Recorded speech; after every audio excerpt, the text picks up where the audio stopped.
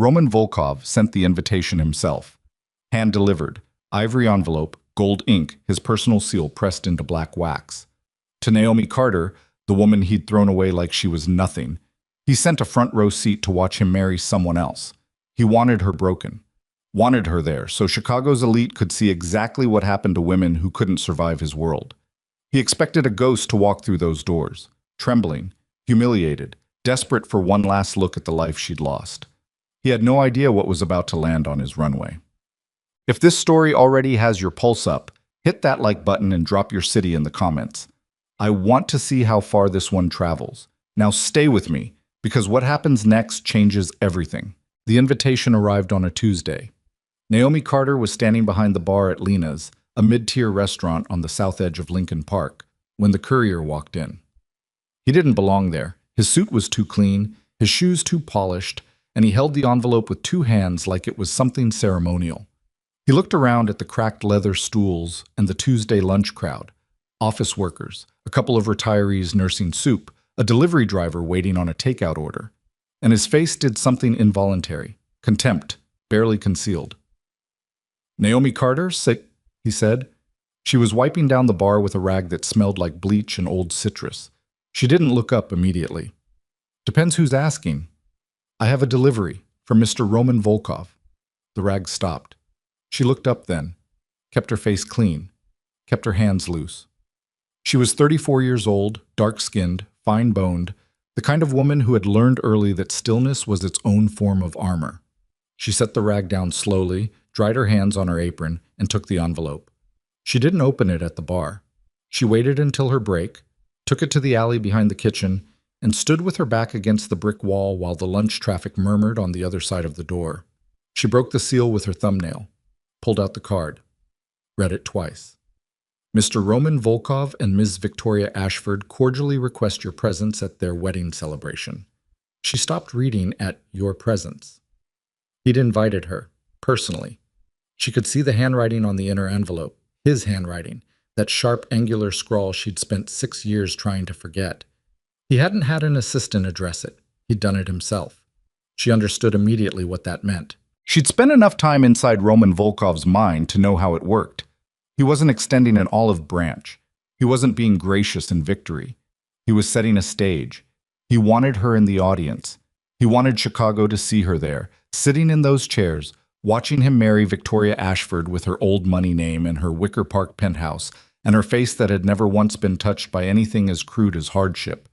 He wanted witnesses to the distance between what Naomi had become and what she had once stood beside. He wanted to finish what the divorce had started. Naomi stood in that alley for a long time. The card hung from her fingers. Somewhere past the dumpsters, a car alarm went off and then quit. The kitchen door banged open and Marcus, the line cook, came out to smoke and looked at her and said, "You good?" And she said, "Fine." And he went back inside. She folded the card, put it in her apron pocket, went back to wiping down the bar. That night she called Elias. The phone rang twice before he picked up. She could hear the background noise, keyboard clicks, the faint hum of climate control in whatever glass tower he was currently working from. Elias Hawthorne had offices in 4 cities and lived out of a bag half the year, and still somehow always sounded like he was exactly where he was supposed to be. "Hey," he said, just that. "He invited me to the wedding." A pause. The keyboard click stopped. "Roman." "Yeah." "In writing?" "Hand-delivered," his handwriting on the envelope. Another pause, longer this time. When Elias spoke again, his voice was the same, measured, low, not a man who performed emotion, but something in it had changed by a degree. "What do you want to do?" That was always his first question. Not "what should we do?" or "let me think about this," or any of the 40 other ways men had tried to steer her life. Just, "What do you want?" She sat on the edge of their bed in the apartment above the garage, the one she rented separately from the house, even though Elias had offered 100 times to put her and the boys in something larger. She'd always said no. Not yet. She needed her own threshold. He understood that about her, maybe better than she did. "I want to go," she said. Silence. "Naomi." "I know." "The boys." "I know, Elias. I'm not bringing them into anything. but I've been running from that man's shadow for 6 years, and I am done." Her voice didn't crack. It never cracked anymore. That had taken work. "He built that invitation to humiliate me. I think we should let him watch it not work." She heard him exhale. Not frustration. Something more like calculation. Elias Hawthorne had built a $3 billion technology company by knowing exactly when to let a problem unfold rather than contain it. He thought in outcomes, in cascades, in the downstream consequences of every action. It was one of the things that had initially unsettled her about him, and later become the thing she trusted most. "All right," he said finally. "Then we go." "You don't have to." "Naomi." His voice was patient and flat in that way that meant he wasn't going to argue. "If you're walking into Roman Volkov's wedding, you're not walking in alone. That's not negotiable." She almost smiled. "What about the boys?" "I'll call Margaret. She can stay with them through the weekend." A pause. "They're going to want to know where we're going." "I'll tell them we have a work thing." "They're 6. They'll ask 17 follow-up questions." "And I'll answer 16 of them and deflect the 17th. I've been doing it since they could talk." This time he did something close to a laugh. Quiet, half swallowed. "I'll have the jet ready Saturday morning." She said goodnight, put the phone down, sat in the dark for a while. Then she took Roman's invitation out of her apron pocket, unfolded it, and read the full thing for the first time. The ceremony was at the Ashford Estate in Lake Forest. Saturday, 11 in the morning. A sit-down luncheon to follow. 300 guests. The Ashford family had been hosting events at that property since before Naomi was born, and the estate was the kind of place that turned up in architectural magazines and society pages, and made people feel, simply by standing on its grounds, that they were participating in something historical. Roman had chosen well. He always chose well. That was the thing about him that she'd never been able to dismiss, even when she'd wanted to hate him cleanly and completely. He had taste. Real taste, not the performed kind, and a strategic instinct that bordered on predatory. He'd built his empire on those two qualities and on the willingness to do things that other men flinched from. She'd loved him for it once. That felt like a different century. She folded the invitation again. This time she put it in the drawer of the nightstand, under a book she never read. The boys were named Marcus and Daniel, and they were 6 years old, and they were the loudest, most relentless human beings Naomi had ever encountered in her life, which was saying something because she had spent 4 years inside Roman Volkov's orbit. They were identical in the way that made strangers stop in parking lots and grocery stores. Both of them built compact and quick, with Naomi's dark eyes and a jaw that belonged to neither parent, and probably to some great somebody neither of them had ever met. Marcus was the one who planned things. He came to breakfast with schemes already in progress, small logistical operations involving the remote control or the pantry. Daniel was the one who executed without planning and apologized after. Together they were a complete unit, and separately they were each slightly incomplete in ways only the other could fix. They had called Elias Dad since they were 4, which had happened gradually and then all at once, the way those things do. And Elias had received it with the same steady, unfussy gravity with which he received most things. Not making a production of it, not tearing up, just acknowledging it as a fact that had finally caught up to a reality that had already been true for a while. Roman didn't know about them. That had been a choice, not an accident, and Naomi had made it with clear eyes and had lived with it every day since. There were hours, usually late ones, when she wondered if she'd made the right call. Then she thought about what Roman's world looked like from the inside, and the wondering stopped. Saturday morning, she was up at 5. She dressed in silence, checked on the boys while they slept. Marcus sprawled with one arm off the mattress, Daniel curled tight as a fist, and went down to the kitchen to drink coffee and look out the window at the pre-dawn street. Margaret arrived at 6:30, an older woman with sensible shoes and a knack for keeping 2 6-year-olds alive and fed, and Naomi walked her through the weekend instructions with the thoroughness of someone who had never once left her children without making sure every variable was accounted for. The car came at 7. She was dressed simply, not ostentatiously, not in armor, just a charcoal suit with clean lines that fit the way good clothes fit when you've learned to stop buying them to impress anyone. Her hair was natural, close to her head, and she wore no jewelry except small gold earrings that had belonged to her mother. She looked, in other words, like herself. That was the whole point. Elias was already at the airfield when she arrived. He was standing beside the car, tall, lean, the kind of man who wore expensive clothing in a way that made the clothing invisible. You noticed the man first, the suit second, the money last. He had a cup of coffee, and he handed it to her without a word, and she took it. "You sleep?" he asked. "No." "Me neither." They stood there for a moment while the ground crew finished prepping the jet. The morning was cool and gray, the kind of April morning that hadn't decided yet whether it was going to be winter or spring. "You sure about this?" he said. "I've been sure since Tuesday." He nodded once. That was enough for him. The jet landed at a private airfield 40 minutes north of Chicago at 9:47 in the morning. Naomi knew, because she had done the math, that the ceremony was scheduled for 11. She knew that a significant portion of the guests, Roman's people, the ones who mattered to him, the ones whose opinions composed his sense of reality, would be arriving at the estate in the hour before. She knew what it looked like when a private jet landed at a rural airfield with no commercial traffic. She knew people noticed. She was counting on it. What she hadn't calculated for were the twins. The call came when they were taxiing, Margaret's number on the screen. Naomi picked up. "I'm so sorry," Margaret said immediately. "I told them you had a work event, and Marcus said okay, and then Daniel started crying and said he wanted to see where you were going, and then Marcus said he wanted to come too, and I tried. Naomi, I really tried." In the background, she could hear them, both of them, talking over each other, and she could hear Daniel's voice doing the thing it did when he was past the point of negotiation. She looked at Elias. He read her face. "How bad?" he said. "They're both awake and operational." He thought for approximately 2 seconds. "Tell Margaret to bring them." "Elias, they've been on the jet before. They love the jet. And honestly..." He paused, and something shifted in his expression, something that wasn't quite amusement but was adjacent to it. "Honestly, Naomi, I think it might be better, for what you're trying to do." She stared at him. "You want to bring our 6-year-old sons to Roman Volkov's wedding. I want them to see their mother not be afraid," he said. "And I think a little chaos isn't the worst thing we could show up with." She was quiet for a moment. Then she said into the phone, "Margaret, can you get them dressed and to the airfield in 45 minutes? Margaret said she could.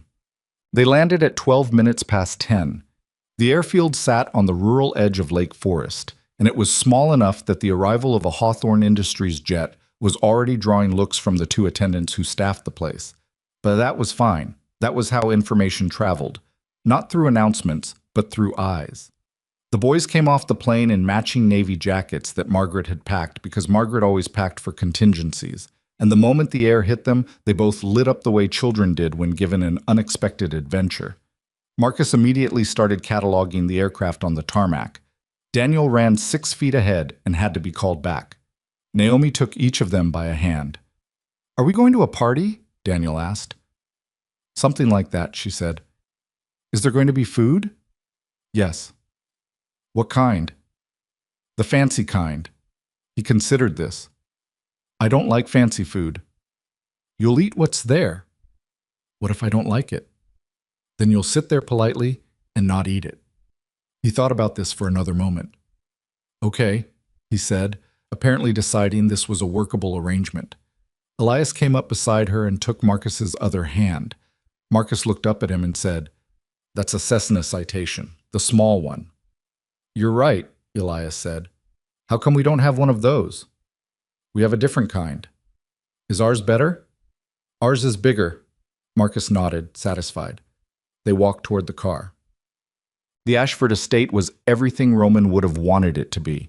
The gates were iron, old, and heavy, strung with white flowers that someone had spent a great deal of money making look effortless. The driveway curved through old-growth trees that had been standing since before any of the people inside the house had been born.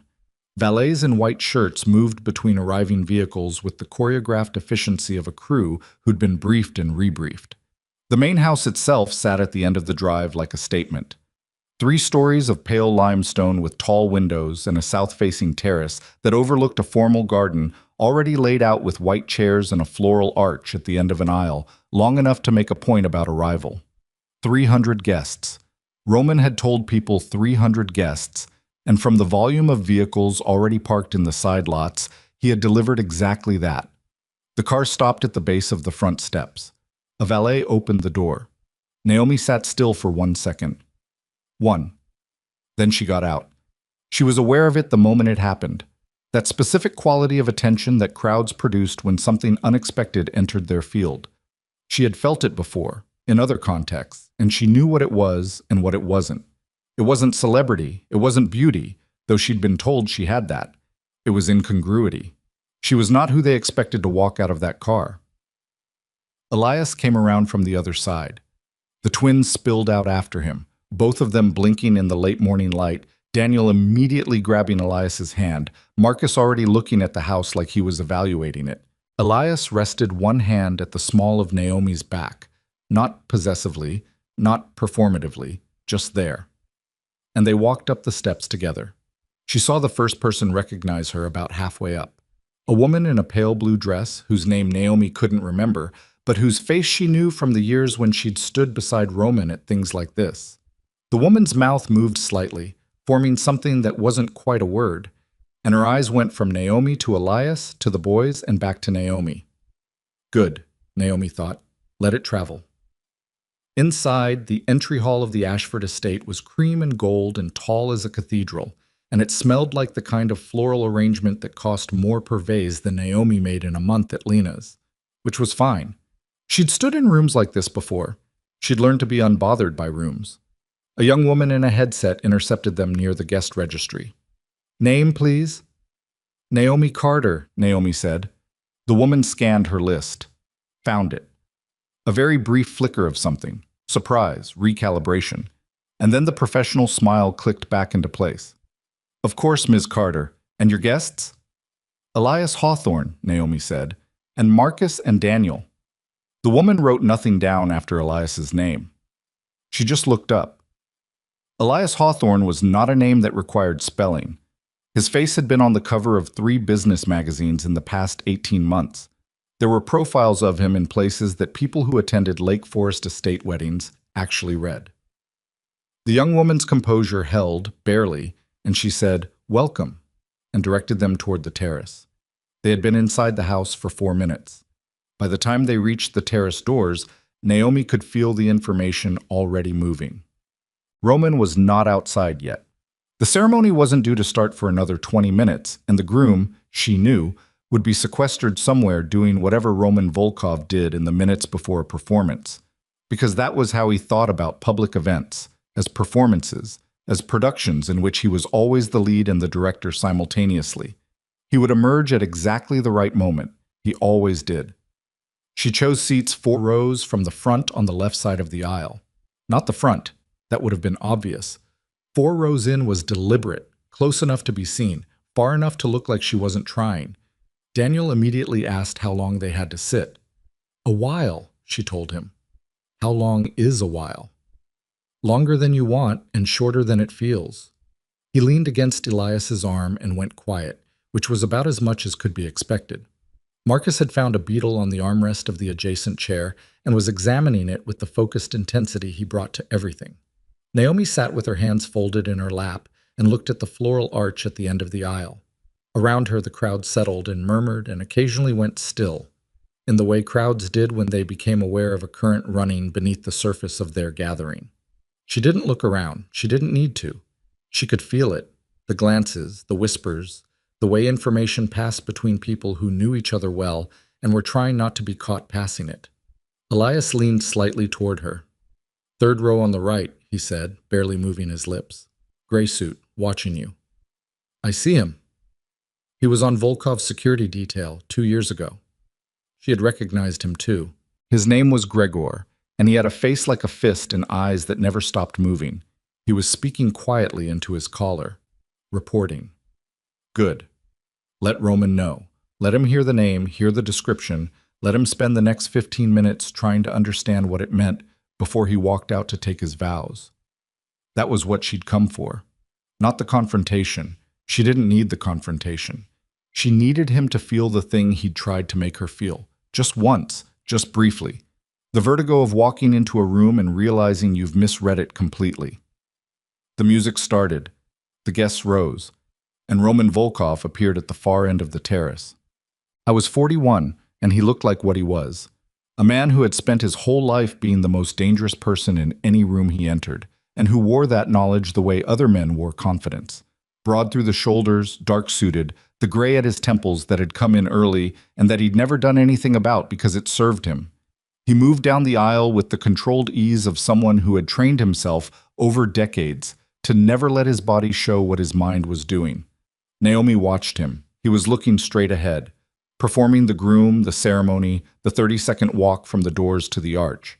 And she knew the exact moment because she'd been watching for it. His eyes moved. Not obviously, a fraction of a degree to the left. 4 rows in. She didn't look away. She didn't smile. She just sat there and held his gaze for exactly 2 seconds, and in those 2 seconds she let him see everything he hadn't expected. That she was here, that she was fine, that she was seated beside a man who didn't need to perform power because he possessed it, and that on the armrest of the chair beside her, a 6-year-old boy was still examining a beetle with the same dark eyes as her own. Roman missed a step. It was infinitesimal, less than a stumble, barely a deviation, but she caught it. She'd spent 4 years learning to read every millimeter of his body. He caught himself, continued up the aisle, reached the arch, turned to face the crowd. But his eyes, for just a second, came back to her. And what she saw in them was not what he'd planned for her to feel. It was the first time she had seen Roman Volkov afraid. The ceremony was 45 minutes long. Victoria Ashford was beautiful in the specific way of women who had always been told they were beautiful and had organized their lives around that fact. Tall, thin, ivory dress that probably had a name that meant something in French. Her expression calibrated precisely between joy and dignity. She said her vows clearly, looking at Roman, and her voice didn't waver. Naomi had no quarrel with Victoria Ashford. Whatever the woman thought she knew about Roman Volkov, whatever version of him she had been shown, it was not Naomi's responsibility to unmake. Daniel fell asleep against Elias's arm 12 minutes in. Marcus moved on from the beetle to quietly disassembling and reassembling a small puzzle that had appeared from somewhere in Elias's jacket pocket. Elias sat still and looked forward and occasionally glanced at Naomi in the way he had of checking on her without making it a thing. She was fine. She was more than fine. She was the calmest she had felt in 6 years, which told her something true about herself that she stored away to examine later. When the officiant spoke the words, "You may kiss your bride," Roman kissed Victoria, and the crowd applauded and Naomi clapped 3 times cleanly, and then her hands went back to her lap. It was done. He was married. She had watched him do it, in the front-facing way he'd wanted her to, except that not one thing about how she'd shown up matched what he'd built this moment to produce. She was supposed to be diminished by this. Instead, she just felt clear. The guests began to rise for the reception, and then everything changed. It started as a sound, not the sound of a party transitioning, not the shuffle and murmur of 300 people moving toward champagne, but something harder and more directional. A door, several doors. Voices that weren't guest voices. Voices with the specific clipped authority of people who had come here with paperwork and had not been invited. A man in a dark jacket with 3 letters on his vest appeared at the terrace entrance. And then another, and then 6 more. The music stopped. Roman turned, and Naomi watched his face do something she had never seen it do in 4 years of marriage. Something she hadn't believed it could do. It went uncertain. Not afraid, not yet, but unmoored, like a man who had spent his whole life navigating by a fixed star and had looked up to find it gone. She heard the words from 30 feet away. "Mr. Volkov, federal agents, we need you to come with us." The terrace erupted. Chairs scraped. Someone knocked over a floral arrangement and it hit the stone with a crash that sent white petals across the aisle. Victoria Ashford grabbed Roman's arm, and he took her hand and placed it back at her side, not unkindly, just with the flat finality of a man who understood what was happening and knew that this part he had to face without her. Daniel woke up. "What's happening?" he said, confused and alarmed. "Stay with Elias," Naomi said. Her voice was steady. Elias already had both boys, one hand on Marcus's shoulder, one arm around Daniel. He looked at Naomi and said quietly, "We should move toward the side exit. Give me 1 minute." "Naomi, 1 minute." She stood. Around her, the terrace was dissolving into noise and motion, guests pressing back from the aisle, Roman's security beginning to move toward the agents, hands going to jackets, the whole awful physics of a situation about to turn into something no amount of money could smooth over. She had stood in rooms like this before, too. She knew the sound of a structure collapsing. She looked at Roman. He was standing at the arch, perfectly still, while everything around him moved. The agents were advancing. His consigliere, a man named Dmitri Voss, 50 years old, silver-haired, the man who had sat across from Naomi at a dozen dinners and smiled at her with a warmth that she now understood had always been the warmth of someone who was waiting for the moment to use you. Dmitri was already speaking to one of the agents in a low, controlled voice, and even from this distance she could see the calculation in it, the recalibration, the man switching from one survival mode to another with the practiced ease of someone who had done this before. But he hadn't done this before. Not like this. Because the thing that Dmitri Voss didn't know, the thing that no one in this garden knew except for Naomi and Elias and the federal task force that had spent 31 months building a case that touched 4 states and 7 political offices, was that the evidence that had brought these agents to this terrace today had not come from inside Roman's organization. It had come from her. She had carried it for 6 years, protected it, moved it, reconstructed it from fragments she'd gathered before she left, documented it in the dark years when she was building a new life with nothing and no one, and delivered it, eventually, to the right hands in the right way, when she was certain it was complete and when she was certain she was ready. She had not done it to destroy Roman. She had done it because the truth was a weight she'd been carrying long enough. She watched him from 30 feet away. He wasn't looking at the agents. He was looking at her. And she could see it. The moment the pieces connected, the moment his mind, which was the sharpest mind she'd ever been close to, assembled the sequence and arrived at its conclusion. His face didn't change much. Roman Volkov's face almost never changed much. But his jaw moved and his shoulders settled by a degree, and she recognized it. Not defeat, not rage, something quieter and more permanent. Recognition. She held his gaze for 3 seconds. Then she turned away and walked to where Elias was standing with the boys. Marcus looked up at her. "Mom, there are police." "I see them." "Are we in trouble?" She took his hand. "No, baby. We're not." Daniel was pressed against Elias's side, eyes wide, processing in the way he processed things. Silently, deeply, with a thoroughness that would surface as questions at 3 in the morning for the next week. She touched his face with her free hand. He looked at her. She nodded once, and he exhaled. Elias steered them toward the side gate. Behind them, she heard Roman's voice for the first time that day. Not at her, not her name, just 2 words directed at the agent nearest him. "I understand." 2 words, quiet and clean, and she didn't look back. They reached the car. The driver had already turned it around. The boys climbed in. Elias held the door. Naomi stopped with her hand on the door frame and stood in the April air and listened to the terrace behind her, the escalating noise, the voices, a crash she couldn't identify. The machinery of consequence finally arriving at a destination that had been set in motion years before any of the people on that terrace had fully understood what was happening to them. 6 years ago, she had walked out of Roman Volkov's life with nothing but the clothes she was wearing and a secret she didn't yet know how to use. She had been 28 years old, and she had been terrified in a way she'd never let anyone see, not then and not since, because terror was a luxury she hadn't been able to afford. She'd paid a different price instead. She got in the car. The door closed. Elias's hand found hers in the dark of the back seat, and she held it and looked out the window as the estate receded behind them. The white chairs scattering, the agents moving in formation, the floral arch still standing at the end of the ruined aisle like something that didn't yet know it was over. Marcus said, "Where are we going now?" "Home," she said. "Which home?" She thought about it for 1 second. "Ours," she said. The car moved through the iron gates. The estate disappeared behind the old trees. Somewhere back there, among the ruins of a wedding that had been designed to be a spectacle of her diminishment, something was beginning that she had set in motion and could no longer stop. And she was not sure she had fully understood, until this moment, how many people were about to learn things they could never unlearn. What she didn't know, what she couldn't have known, sitting in that car with her children and the man she trusted and the April light coming through the window, was that the evidence she'd delivered wasn't the only thing that had been moving in the dark. Dmitri Voss had known something was coming, and he had prepared.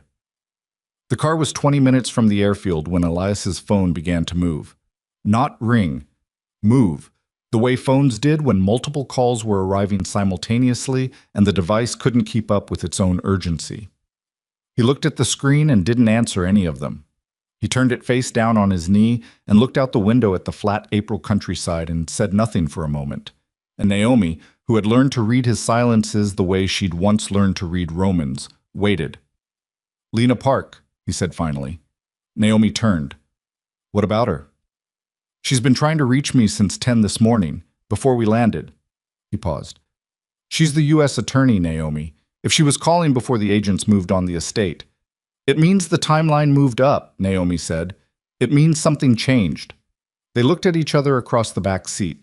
The boys were in the middle row, Daniel asleep again against the window, Marcus quietly working through something on Elias's tablet with the headphones on, absorbed and oblivious. Naomi looked at them for a second and then looked back at Elias. "Call her," she said. He did. Put it on low volume and held the phone between them. Lena Park answered on the first ring. Her voice was the voice of a woman who had been awake since before dawn and intended to stay that way. "Tell me you're out of Lake Forest." "En route to the airfield," Elias said. "Good, don't go back. Not today, not tomorrow." A pause in which they could hear background noise, office sounds, voices, the particular controlled chaos of a federal operation mid-execution. Voss moved faster than we anticipated. He had a secondary protocol in place. "We found it this morning at 6 a.m., when one of our informants inside the organization sent a flag." "What kind of protocol?" Naomi said. "A beat." Lena Park knew Naomi's voice. "The kind that involves relocating documentation. He'd been moving physical records out of the Volkov holdings since Wednesday, staging them somewhere we don't have under surveillance yet." Her voice was precise and without decoration. "He knew we were coming. He didn't know when, but he knew." Naomi felt something shift in her chest. Not fear, closer to a controlled anger, the kind that had a use. "How much did he move?" "We don't know yet. What we have is solid. The financial architecture, the political connections, the ledger copies you provided. Those are intact and they hold. But Voss is going to try to reframe the narrative. He'll say he was a whistleblower. He'll say Roman was the architect of everything and he was documenting it from inside." A pause. "He's been building that story for 2 years. We found the drafts." Elias said, "How do you want to handle it?" "I want Naomi on record, formally, this week, before Voss's attorneys file anything." Another pause. "I know that's not what you wanted." Naomi said, "It's fine." Naomi. "I said it's fine, Lena. Set the meeting." The call ended. The car continued through the gray April morning. Naomi sat with her hands in her lap and looked at nothing in particular for a long time, and Elias did not try to fill the silence, which was one of the reasons she was still standing. They were back in Chicago by early afternoon. Elias took the boys to the house. Naomi went to her apartment above the garage and sat at the kitchen table with a glass of water she didn't drink, and thought about Dmitri Voss. She had known him for 4 years. That was the part that required the most honest examination. Not that he'd been running a manipulation from inside Roman's organization that she'd understood for a while now, but that she had sat across from him at dinner tables and in conference rooms, and at the ugly, exhausting family gatherings that Roman's world required, and she had not seen it. She'd seen a pragmatist. She'd seen a man who smoothed things over and managed Roman's worst impulses, and occasionally looked at her with something that resembled respect. She had thought, in her more generous moments, that Dmitri Voss was one of the few people in that world who saw her as something other than a liability. He'd been making her into one all along. The specific thing that Lena Park had told her months ago, when the picture first began to come clear, the thing Naomi had sat with ever since, turning it over and over like something with an edge she couldn't find the safe place to hold, was this. Dmitri had engineered the deterioration of her marriage. Not created it from nothing, Roman's suspicions and his coldness had their own roots, but cultivated it, fed it, delivered carefully selected information to Roman over a period of 18 months that transformed his distrust of her into certainty. And the information had been designed not just to end the marriage, but to end it in a specific way, publicly, with Roman as the wronged party, so that Roman's credibility within the network remained intact, and any claims Naomi might later make about what she'd seen inside the organization would arrive already pre-discredited. She had been managed out, like a problem, like a variable. She sat at the kitchen table until the glass of water was warm and the light through the window had moved, and she heard, distantly, the sound of the boys in the backyard. Marcus's voice carrying some kind of operational commentary, Daniel's high laugh, Elias's low response. And she made herself listen to it for a full minute before she stood up and went to the window. They were playing something that involved sticks and an elaborate set of rules that only they fully understood. Elias was sitting on the back step with his sleeves rolled up and his jacket on the railing, holding a cup of coffee, and watching them with the expression he had when he was fully present somewhere. Not distracted, not managing anything, just there. It was a face she'd seen him make at the ocean once, and at a piece of music she'd played for him, and now at two 6-year-old boys who had no idea what their mother had spent the day doing. She watched until Daniel tripped and caught himself and looked immediately to Elias, who made a small affirming gesture, and Daniel straightened up and went back to whatever the game required of him. She went downstairs. The call from Roman came at 6:47 that evening. She almost didn't answer. She stood in the kitchen with the phone in her hand and looked at his name on the screen. Just Roman, the way she'd stored it years ago and never changed, and thought about letting it go to voicemail. Then she thought about what that would mean, what avoiding it would cost her, and she picked up. "I need to talk to you," he said. His voice was the same. That was the first thing she registered. That's 6 years, a marriage to someone else, a federal arrest at his own wedding, and whatever the last 8 hours had contained had not changed the fundamental quality of his voice. It was still low and controlled and carried the weight of a man who said things once and expected them to be heard. "You have 10 minutes, she said, not on the phone. "Roman. I know what that sounds like. I know why you won't want to." A pause. She could hear something in the background. Not the estate, something smaller, more contained. They'd processed him and released him on conditions, apparently. "I'm not asking for anything. I need to tell you something that you need to hear before Voss's lawyers file tomorrow morning." She was quiet for a moment. "Where are you?" "The apartment on Superior, the one you never liked." She had never liked it because it had no windows that faced anything except the building next door, and it smelled like the cleaning products his housekeeper used. And it had always felt to her like a place where Roman went when he wanted to disappear from himself, which now, she supposed, made sense. "1 hour, she said. "I'm bringing someone." Elias Hawthorne. The way he said the name was not what she expected. Not contempt, not the performative dismissal that Roman reached for when he felt threatened. Something flatter. Something that told her he had already spent part of the last 8 hours doing exactly what she'd expected him to do.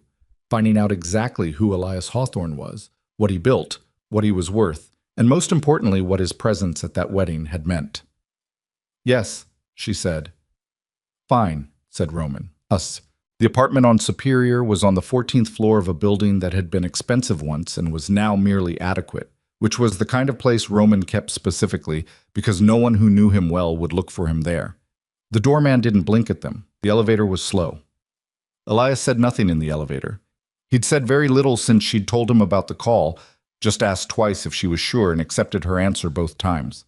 He stood beside her now, with his hands in his jacket pockets and his face arranged in the expression he used in negotiations. Not closed, not hostile, just fundamentally unreadable, which was a more powerful position than hostility. Roman answered the door himself. He was out of the wedding suit.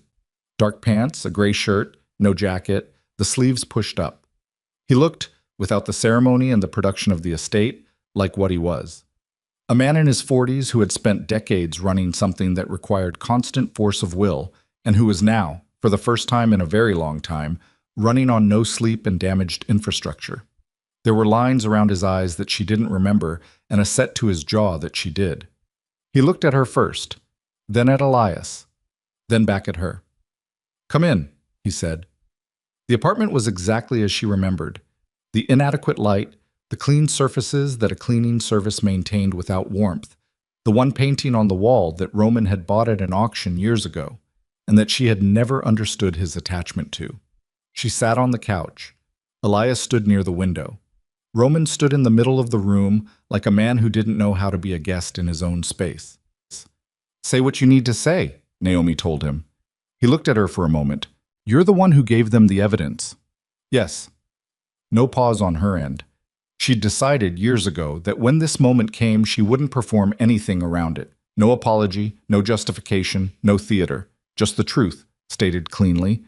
Roman took it in. His jaw moved. He looked at the floor for 2 seconds and then looked back up. When? I started documenting before I left. I finished building the case 2 years after. She kept her voice even. It took another year to verify everything, and another 2 to find the right people to deliver it to. Lena Park. Eventually. He said nothing for a moment. She watched the calculation happening behind his eyes. Not rage. She'd expected rage and wasn't getting it. Something more painful. Reassessment. The specific mental work of a man who believed he understood a situation for years, who built structures of meaning on top of that understanding, who is now examining the foundation and finding it wrong. The twins, he said. She felt it, the way a person felt a change in air pressure before a storm. Not fear, something more complicated. What about them? She said. They're mine. It wasn't a question. He said it the way he said things he'd already verified from multiple angles before speaking them aloud. Roman Volkov did not speculate out loud. Elias shifted slightly near the window. Not toward Roman, just a recalibration of weight, a small physical statement. Naomi held Roman's gaze. I made a decision, she said.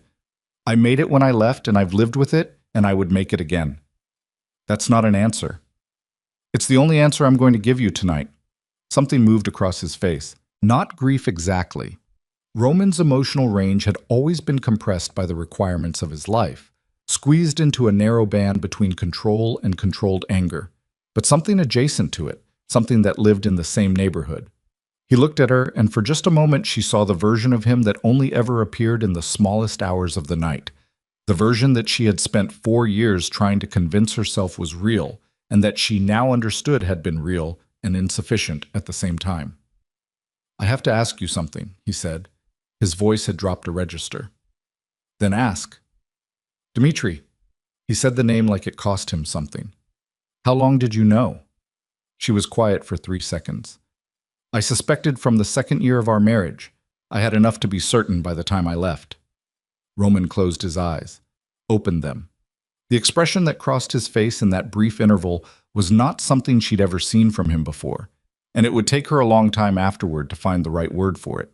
The closest she got was the face of a man who has just understood that the war he spent a decade fighting was manufactured by the general he trusted most. You told me, Roman said slowly, that you had been talking to a federal contact, that you had gone to them voluntarily with information about our finances. I know. He had documentation, emails, he showed me. I know, Roman. She kept her voice clean. Not gentle. She wasn't his comfort. She hadn't been for years. But not cruel either. He fabricated them. Lena's office has confirmed that. The metadata on those files was manufactured. She paused.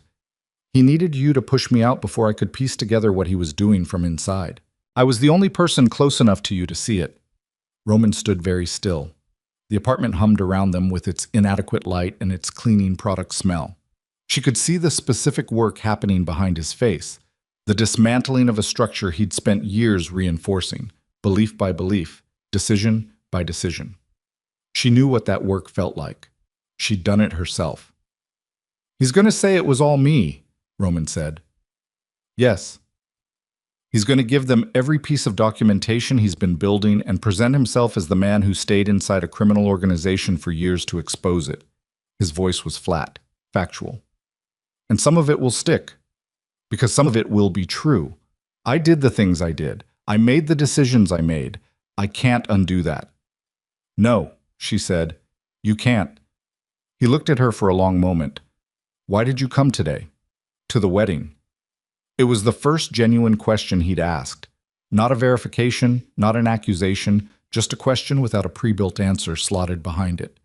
Because you sent that invitation to hurt me, she said, and I needed you to see that it couldn't. Something in his face shifted again. Not quite respect. It was more reluctant than respect. and it cost him more. "You've built something," he said. It came out like an acknowledgement rather than a compliment. "Yes." His eyes moved briefly to Elias, not hostility, something harder to categorize. The look of a man measuring a gap between where he stands and where someone else has arrived, and finding the distance larger than he'd expected. Elias met his eyes and said nothing. Roman looked back at Naomi. "I need to tell you why I called." He moved to the small desk in the corner, picked up an envelope, and brought it across the room. He held it out to her. She didn't take it immediately. "What is it?" "A copy of what Voss filed with his attorneys this afternoon." His jaw was tight.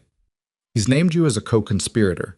He's claiming you and I worked together to build the financial network, and that your separation was staged to give you legal cover." The air in the room changed.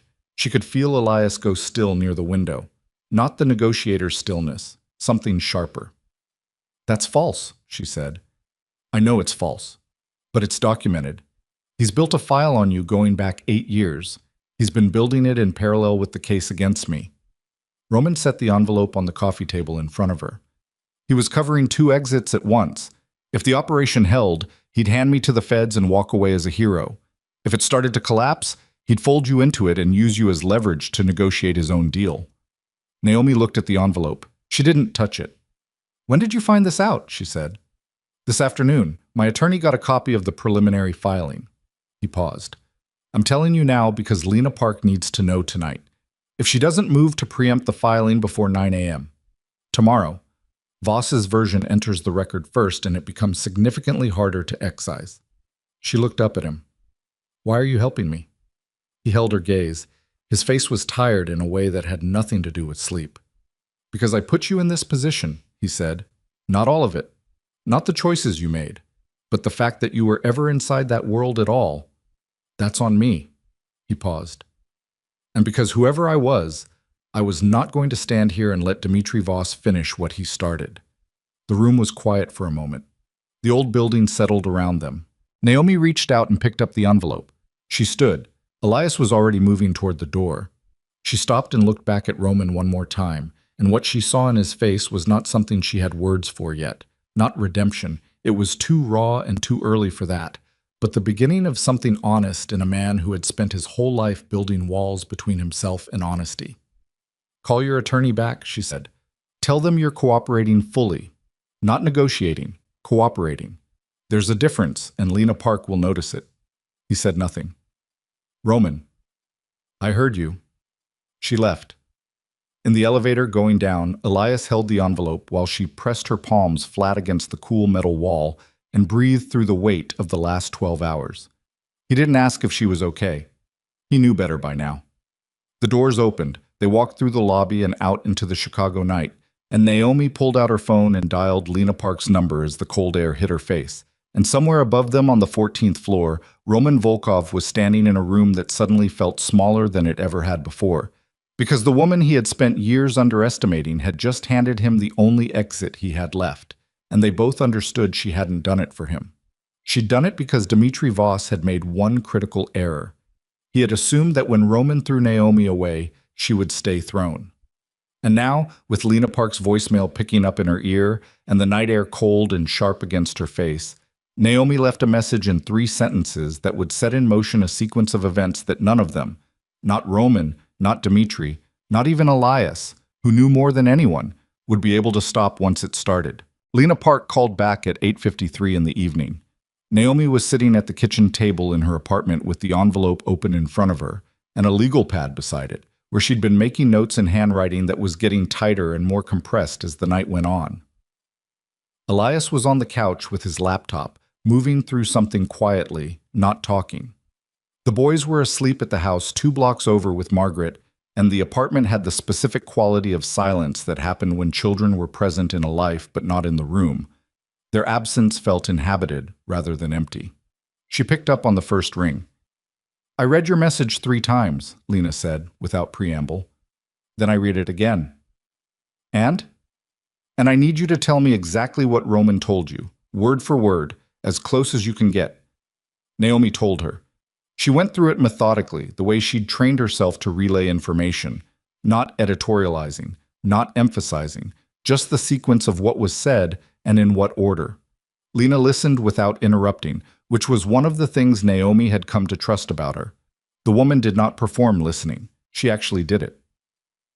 When Naomi finished, there was a pause of about 4 seconds. "The co-conspirator filing," Lena said. "I need you to understand what we're dealing with. Voss didn't submit this through standard channels. He went through a private attorney who has a relationship with a specific judge in the Northern District. If that filing enters the record before 9 a.m. tomorrow, it creates a procedural obstacle that we can work around, but that will cost us 6 to 8 weeks and will be on record regardless of outcome." "Roman said you needed to move tonight." "Roman is correct." Another pause. "I'm going to need him to submit a voluntary cooperation declaration by midnight, not through his current attorney. His current attorney has a conflict I became aware of about an hour ago." Naomi went still. "What kind of conflict?" "The kind that suggests Marcus Hale has been billing Roman Volkov while also receiving payments from a shell company that traces back to Voss's financial network." Her voice was even and precise, the way voices got when the information behind them was explosive, and the speaker had decided the only way to handle explosive information was to deliver it like it was mundane. "Roman doesn't know yet, or if he does, he hasn't acted on it." "He doesn't know," Naomi said. She was certain of this. She'd sat across from Roman 40 minutes ago, and she'd watched his face carefully, and she knew the specific texture of Roman Volkov's ignorance. He went very still in a particular way, like a man who had just heard a sound he couldn't identify and was waiting for his brain to name it. "Then someone needs to tell him," Lena said. "And it can't be me. Not tonight, not with the conflict issue unresolved. If I contact him directly while his attorney may be compromised, it creates a chain of custody problem." Naomi understood. She closed her eyes for 2 seconds. "I'll go back." "Naomi, I'll go back, Lena. Give me what he needs to sign and I'll get it done." A pause. "I'm sending a secure document to Elias's encrypted line. The declaration needs Roman's signature and it needs to be witnessed. Not notarized, witnessed. 2 people who are not parties to the case. Elias and I can witness it." "That's going to raise eyebrows." "Everything about tonight has raised eyebrows. At this point, I'm not managing optics, I'm managing the clock." Lena said, "You have until 11:40. The call ended. Naomi looked at Elias. He had closed the laptop and was already looking at her. "I heard," he said. "His lawyer is dirty." "I heard that too." He stood, reached for his jacket on the back of the couch. "Do you want me to drive or—" "I'll drive," she said. "I need something to do with my hands." They were back at this building on Superior Street by 9:31. Roman answered the door faster this time, which told her he'd been awake and moving, probably on the phone, probably trying to work the angles the way he always worked angles, systematically, starting from the edges and moving inward. He looked at them, and something in his face asked the question before his mouth did. "Your attorney," Naomi said. "Marcus Hale.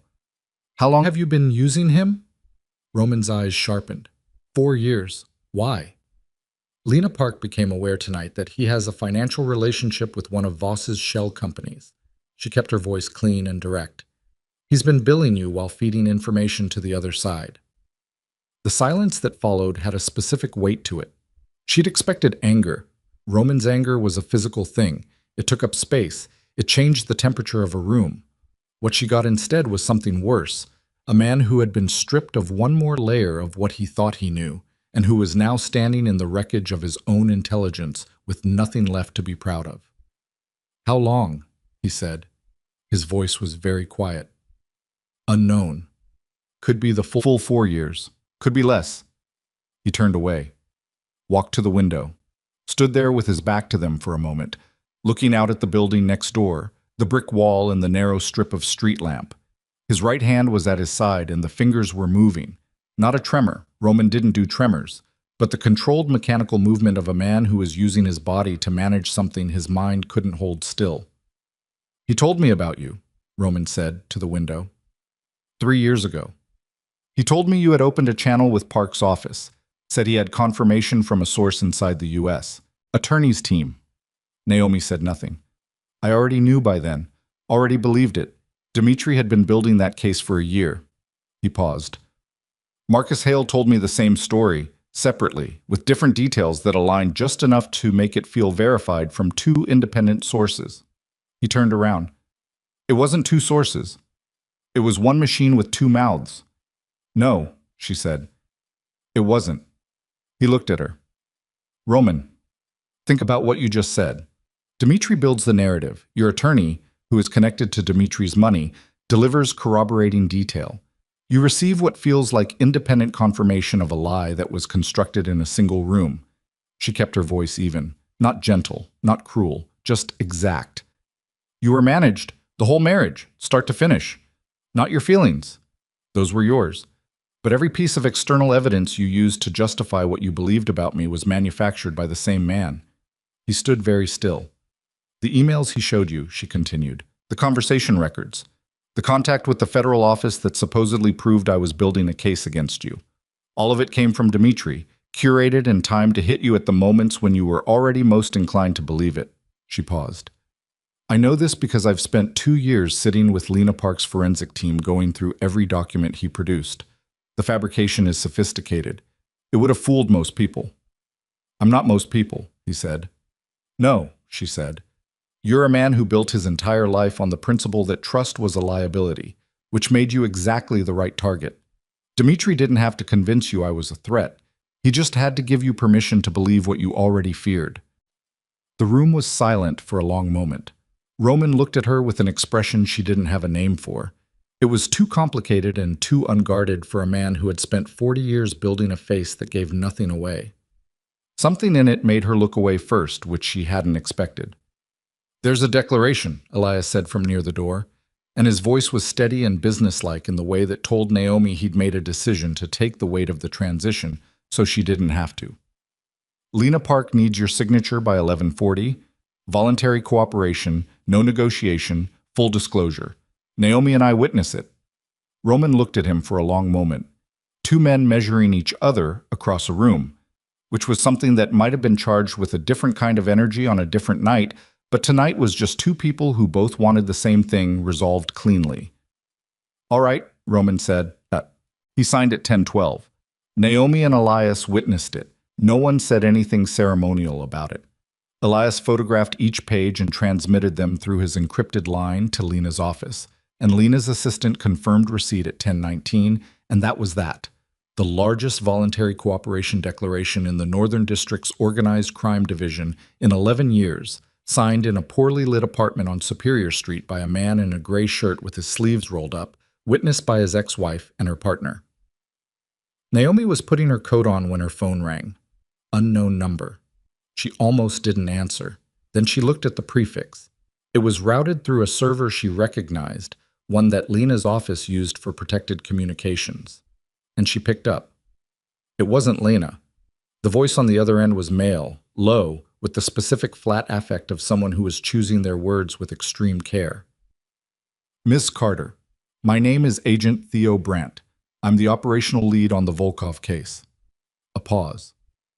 I need you to listen to me carefully, and I need you to not react visibly to what I'm about to tell you.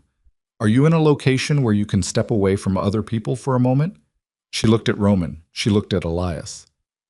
Give me a second, she said, and walked to the small hallway near the bathroom, pulling the door almost closed behind her. I'm here. The declaration your ex-husband just signed is good, and we're grateful for it, Brandt said. But I need you to understand that it doesn't change something we discovered approximately 90 minutes ago, and you need to know it before tomorrow morning because it directly affects your safety. She leaned her shoulder against the wall. Tell me. Dmitri Voss is not in federal custody, Brandt said. I was processed at the estate. He was transported. But somewhere between the estate and the federal building, during a transfer we believed was routine, he was released by agents who have since been identified as operating under a separate directive. A pause. He had help from inside. We don't yet know how deep it goes or who specifically authorized it. What we know is that as of approximately 8 p.m. tonight, Dmitri Voss is not where he's supposed to be. Naomi heard the words. She heard them individually, and she heard them in sequence, and her brain assembled their meaning correctly on the first pass. She was not a person who needed things repeated. He's out, she said. He's out. And based on documents we found in the secondary protocol files he'd prepared, the ones he was staging to relocate. We have reason to believe that you are specifically named in a contingency plan. Brant's voice didn't modulate, which was somehow worse than if it had. Not for legal purposes. Not for leverage. Ms. Carter, the contingency plan is a safety threat to you and potentially to your family. She stopped breathing for exactly 2 seconds. Then she started again, evenly, deliberately, because she was not going to lose herself in a hallway in Roman Volkov's apartment. My sons, she said, we have a unit en route to your home address as of 8 minutes ago. They should be arriving. She heard him checking something. They should be on site now. She was already moving back toward the main room. She pushed through the door. Both men looked at her immediately. Elias, because he read her face in under a second. Roman, because he'd been watching the door since she left. She looked at Elias and said, call Margaret, right now. Don't use the regular line, use the secure app.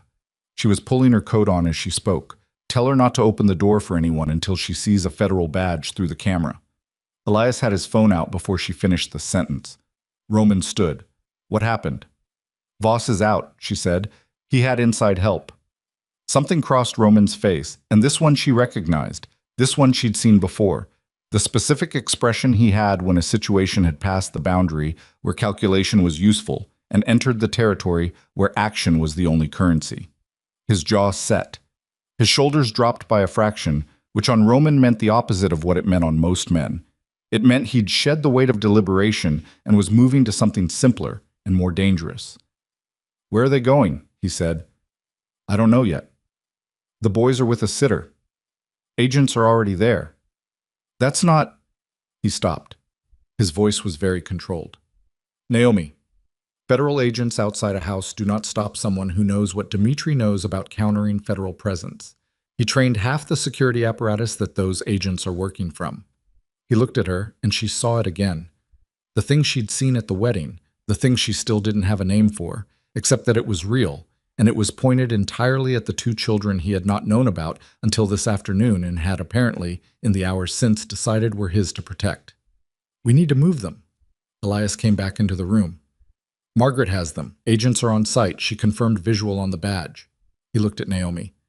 They want us to move to a secure location. Brant's office is suggesting the federal field office. No, Roman said. Elias looked at him. The inside compromise means you don't know who cleared Voss's transfer, Roman said. His voice was flat and operational. If that goes deep enough, the field office isn't secure. You're walking into a building whose integrity is currently unverified. He looked at Elias directly. I have a location. Property held under a name that has no connection to me legally or on paper. Dmitri doesn't know it exists. I never used it for anything connected to the organization. I bought it 10 years ago for a reason I no longer need, and I've never had cause to use it. He paused. It will hold 8 people comfortably, and it has its own power source and no digital footprint. Elias was quiet for a moment, looking at him with the expression he used when he was running a rapid assessment of whether to trust something. Why do you have a property that doesn't exist on paper? Elias said. Not an accusation, just the question. Because I spent 20 years in a world where the day might come when I needed to disappear with the people who mattered, Roman said. I prepared for it. The person I prepared to disappear with is no longer in my life, but the property is still there. The room was quiet. Naomi looked at Roman for a long moment. She thought about everything she knew about him, the real catalog of it, not the version she'd built in the years of her anger, not the version she'd softened in the years of her healing, but the actual record of who he was and what he was capable of, which was a complicated and irreconcilable document. She thought about what Brant had said. She thought about Dmitri Voss in a car somewhere in the city, moving toward a contingency plan that had her name in it. She thought about Marcus examining a beetle on a chair arm, Daniel's high laugh in the backyard. Tell Brant we're moving independently, she said to Elias. Give him the channel to contact us, but don't give him a location yet. Elias nodded once and stepped away to make the call. Naomi looked at Roman. If this location is what you say it is. It is. If you're using this situation to build leverage, I'm not. His voice was quiet and absolutely without performance. I know what it sounds like. I know what I am. I know you have no reason to... He stopped, pressed his lips together for a moment. Those are my sons, he said. Whatever I am, whatever I've done, That is the one true thing in this room right now. I am not going to let Dmitri Voss near them. She held his gaze. And this was the moment. She understood it as it was happening, could feel its weight, the way certain moments announced themselves as permanent even before they were finished. This was the moment where everything she had built in 6 years of careful separation met the wall of what was actually happening, and she had to make a decision not from strategy, not from principle, not from the clean logic of her rebuilt life, but from the raw and immediate truth of what the night required. "How far is the property?" she said. 40 minutes, west of the city." She put her phone in her pocket. "Then we need the boys first," she said, and walked past him to the door, and Roman Volkov followed her out of the apartment without another word, into the hallway, into the elevator, into the night that had become something none of them had planned for, and that none of them, now, could walk away from. Because Dmitri Voss was moving somewhere in the dark, and he had spent 20 years preparing for exactly this, and the only people who knew his methods well enough to anticipate him were the man he'd betrayed and the woman he'd tried to erase. And they were standing in a parking garage at 10:41 in the evening, getting into separate cars to go collect two 6-year-old boys who didn't yet know that the world had shifted around them while they slept, and wouldn't know until morning, and by morning everything would be different in ways that none of them could yet see clearly enough to name. They collected the boys at 11:04. Margaret had them dressed, and in the front room when Naomi came through the door, both of them half asleep and confused, and wearing the expressions children wore when adults moved around them with urgency they didn't explain. Not frightened yet, just watchful, waiting to take their cue from whoever they trusted most. Daniel went straight to Naomi and pressed his face against her shoulder. Marcus stood in the middle of the room and looked at the two federal agents by the window, and then looked at Elias and said, "Are we in trouble?"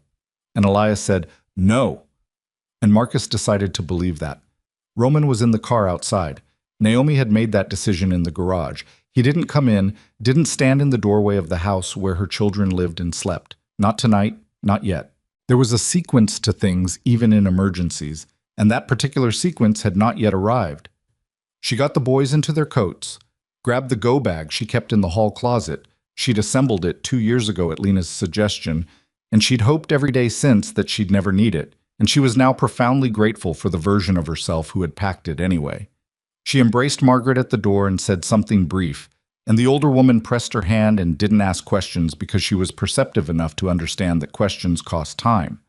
The two cars moved in convoy, Roman leading in a black sedan, Naomi and Elias behind with the boys, the two federal agents in a third vehicle that Brandt had authorized to accompany them off the grid, and then stand down at the perimeter, because the one thing everyone in this arrangement agreed on was that the fewer people who knew the property's location, the better. Daniel fell asleep again within 4 minutes of the car moving. Marcus held out for 12 before he went under, his head against the window, the orange light of the highway strobing across his face in slow intervals. Naomi sat in the back between them, with one hand on each of them, and looked out through the windshield at Roman's taillights ahead, and thought about nothing specific and everything simultaneously, which was a cognitive state she'd learned to sustain when the alternative was losing functional composure. Elias drove without speaking. The city fell away. The highway opened into the flat dark of the western exurbs, the big box lights thinning out and then disappearing, the road cutting through farmland and second-growth forest. And after 37 minutes, Roman's sedan turned off onto a county road that wasn't marked. The property was a farmhouse. That was the honest word for it. Not a retreat, not a compound, a farmhouse. 2 stories of old brick set back from the road behind a windbreak of mature pines. The kind of structure that had been standing long enough to look like it belonged to the land rather than having been placed on it. The drive was gravel. No exterior lights, which was either because Roman had disabled them deliberately or because the place had been built before anyone expected to arrive at night. He got out of the sedan before they'd fully stopped and went directly to the front door, moving with the focused economy of a man who knew the layout and the lock and exactly how many seconds each step would take. By the time Naomi was lifting Daniel out of the back seat, the door was open and there was a light on inside. Not overhead, something low, a lamp. And Roman was standing in the doorway watching them come up the gravel path with an expression she couldn't read from this distance. She carried Daniel. Elias carried Marcus. The boys stayed asleep through the transfer with the boneless total trust of children who had decided at a cellular level that the adults holding them were adequate. Inside, the farmhouse was clean and bare in the way of a space that was maintained but not lived in. A couch, 2 chairs, a table. A kitchen through an open doorway. Stairs to the right. The lamp was on a side table and threw a warm, limited circle. It smelled faintly of dust and the specific neutral smell of buildings that were heated but not inhabited. Not unpleasant, just empty of human trace.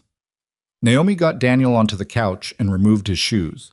Elias put Marcus in the chair and went to find blankets, moving through the house with the practical efficiency he brought to logistics.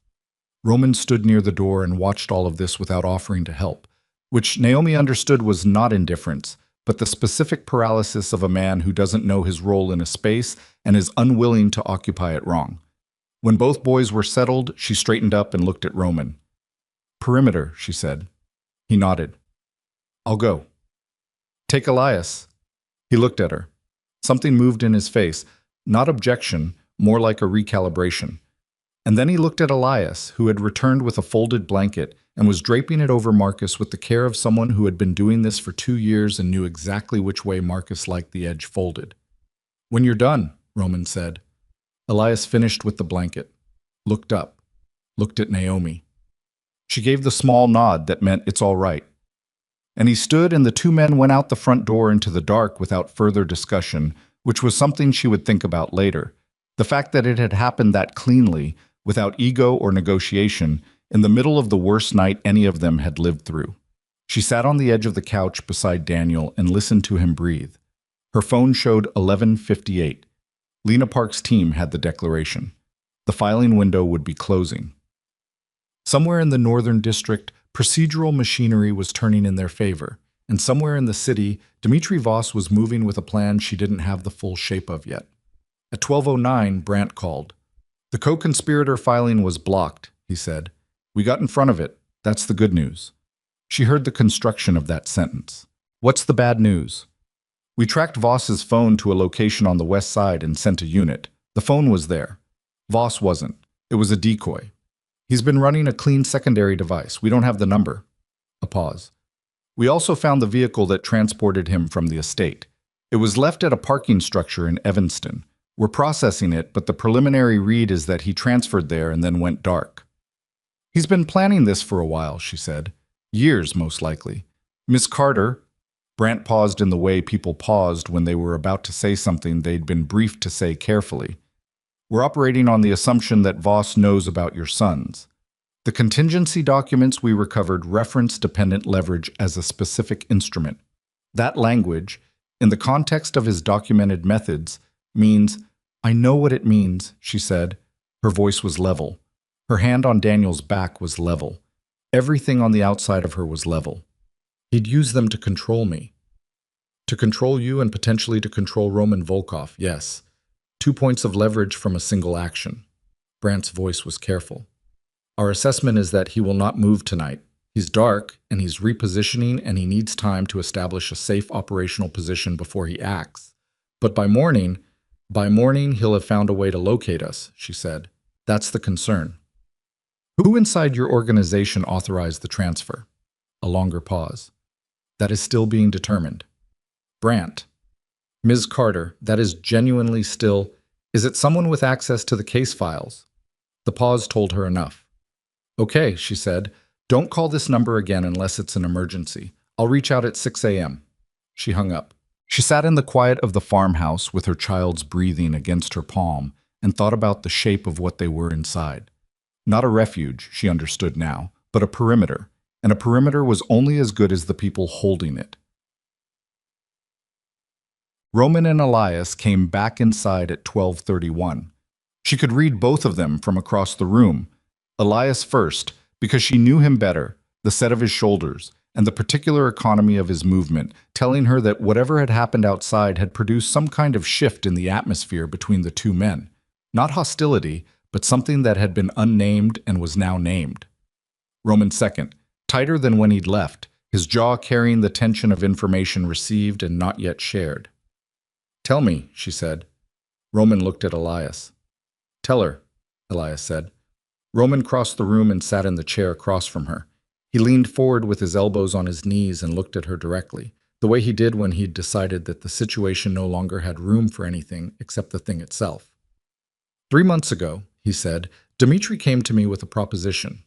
He said he had evidence that a federal informant had penetrated the organization at a senior level.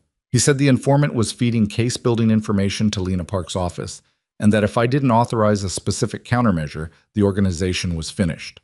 He paused. The countermeasure he proposed was the elimination of the informant. She held very still. I told him no, Roman said. I told him I wanted the informant identified first, and that no action was taken until I had verified the information personally. He paused again. He told me the informant was Elias Hawthorne. The room was absolutely silent except for Daniel's slow breathing from the couch. She looked at Elias. I was standing near the kitchen doorway with his arms at his sides, his face showing the controlled expression of a man who had heard this recently and was still processing the specific shape of it. He said Hawthorne had been feeding financial intelligence to the U.S. Attorney's Office for 2 years, Roman continued. That the Hawthorne Industries legal team had a back channel to Park's office, and that the technology forensics work that built the case against me was contracted through a Hawthorne subsidiary. He looked at her. He had documentation, the same quality as everything else he produced, detailed, formatted, internally consistent. I looked at it for 4 hours.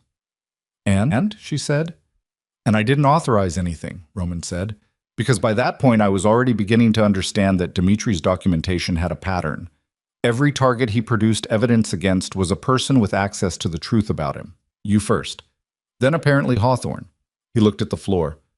I kept it, filed it, said nothing while I tried to verify it independently. He looked up. I couldn't verify it either way, so I sat on it. She turned to Elias. Is any of it true? Elias held her gaze. No, he said. Hawthorne Industries has had no contact with Lena Park's office. The forensics work on the case came from a DOJ contractor that has no connection to us. You can have every financial record we have audited by whatever entity you trust, tonight if necessary. She believed him. She believed him not because she was naive or because she wanted to, but because she had spent 2 years watching Elias Hawthorne navigate situations where deception would have been the profitable choice, and she had never once caught him using it. How was many things, some of them difficult, but he was not that. She looked back at Roman. He was preemptively building the case to eliminate Elias. Yes. If he'd succeeded, if you'd authorized it, I know, Roman said, quietly. Finally.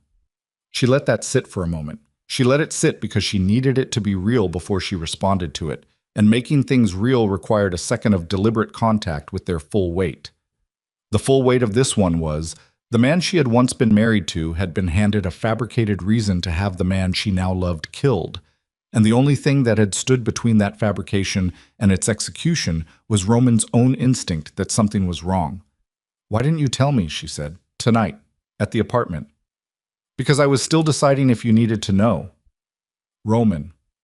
I know. That's not... She stopped herself. She pressed her hand flat on her knee and breathed for a second. We are past the point where you get to decide what I need to know. Is that understood? He looked at her. Something in his face tightened and then released. Yes, he said.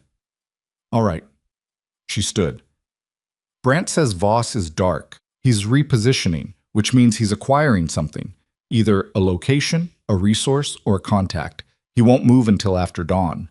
She looked at both of them, which means we have approximately 5 hours to make this position as hard as possible to find and to decide what we do when he does find it. He will find it, Roman said. Dmitri has resources I built. He knows my operational methods because I taught them to him.